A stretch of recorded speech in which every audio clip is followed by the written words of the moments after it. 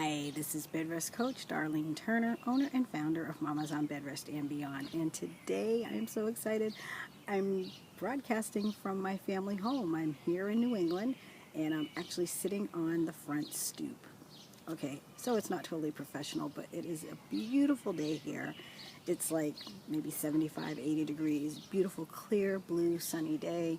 I'll actually see if I can switch the picture around. Oh, I don't know if I can do it, but you can just kind of see it's just clear, and you can see a little bit of the sky there.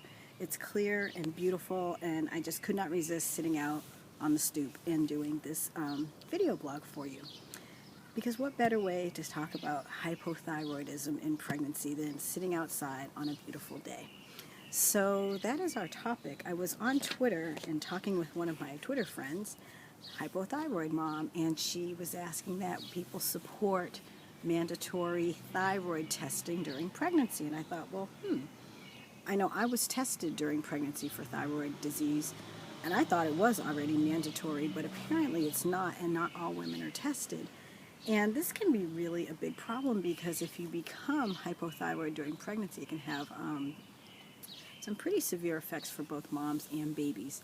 So let's talk about it a little bit. First of all, your thyroid is your major regulatory gland within your body. It regulates whether you're hot, cold, fat, thin, how you metabolize your food, what hormones you make, what order.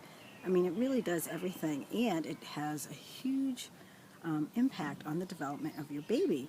So if your thyroid is not acting properly, if it's not functioning properly, there can really be some problems, and the problems can be those effective to the mom as well as to the baby. So first and foremost, let's really look at, what are the causes of hypothyroidism in pregnancy. And first of all, it can just be the stress of pregnancy itself on the thyroid. The demands for thyroid hormone during pregnancy increase significantly. And as the thyroid's working to make more thyroid hormone, it can sometimes essentially burn out. And, mom goes hypothyroid. Sometimes she doesn't even know it. Other times, she will be symptomatic.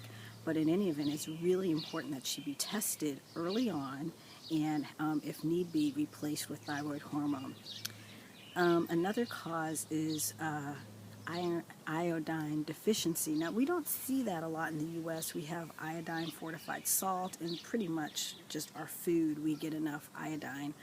But for a lot of other countries, this is a huge issue because if there's not enough iodine, the body cannot make thyroid hormone because it uses iodine. Lastly, there is Hashimoto's thyroiditis, and Hashimoto's is an autoimmune disease whereby the thyroid becomes inflamed and then function is decreased because over time the thyroid stops functioning at all. So those are the primary causes of hypothyroidism during pregnancy. And let's talk about now what the effects can be, because it can be pretty serious. Now again, in the U.S., a lot of times women will be what we call subclinical hypothyroid. And they don't even know it. They have no symptoms. It doesn't really show up.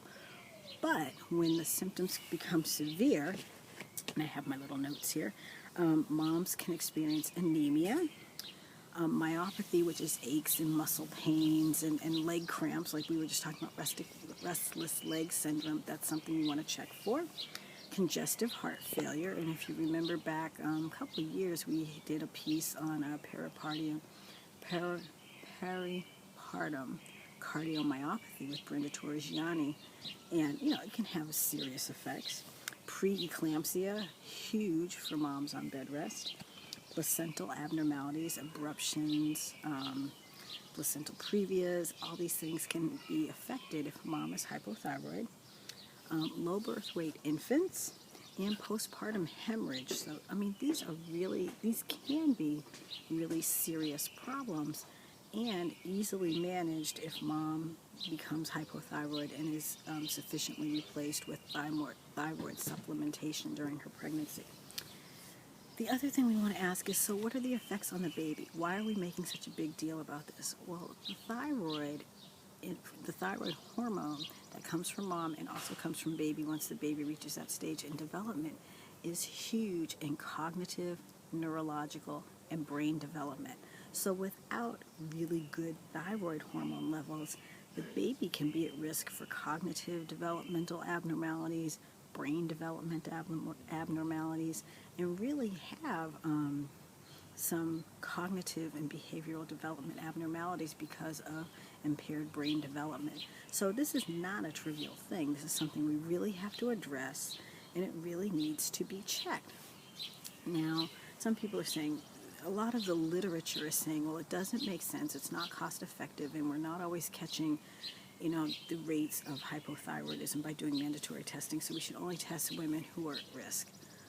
Well, again, we come back to who is at risk. How do we know? Because some women are what we call subclinical. They're right on the edge of being hypothyroid. But the problem is they're not functional. And this is what actually happened to me. This is what kind of caught my eye. After I had my children, I went hypothyroid. I think the stress of being pregnant several times and having these babies, etc., nursing, blah, blah, blah. My thyroid function went down dramatically, and I knew something was wrong because my hair was falling out, or actually it wasn't my hair was falling out, my locks were breaking off, my fingernails were splitting, my skin was really dry and peeling. It was really weird, and I just could not stay awake to save my life.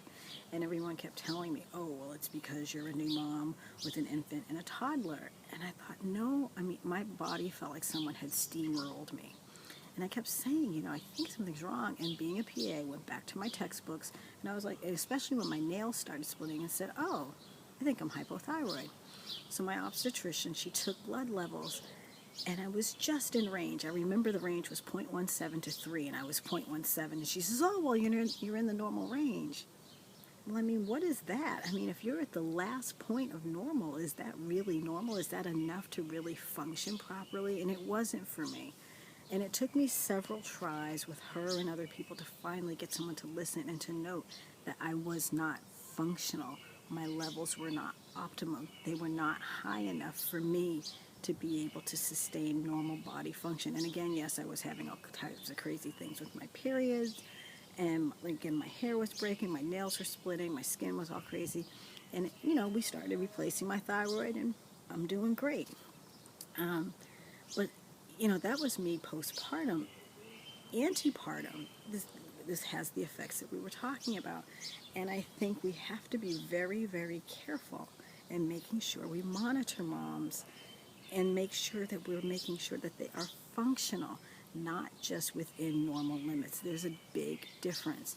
And that's something that still, the American Medical Association and then functional medicine physicians and holistic practitioners often argue about, because kind of the general AMA Western medical stance is, well, if you're within the lab range, you're normal. But we all know what's normal for one person. Like, somebody else may have been able to sustain at 0.17. I couldn't. And that's what we have to look at. Is it really enough for the person that you're testing? So, coming back to the hypothyroid moms tweet to me, like, please help us save babies.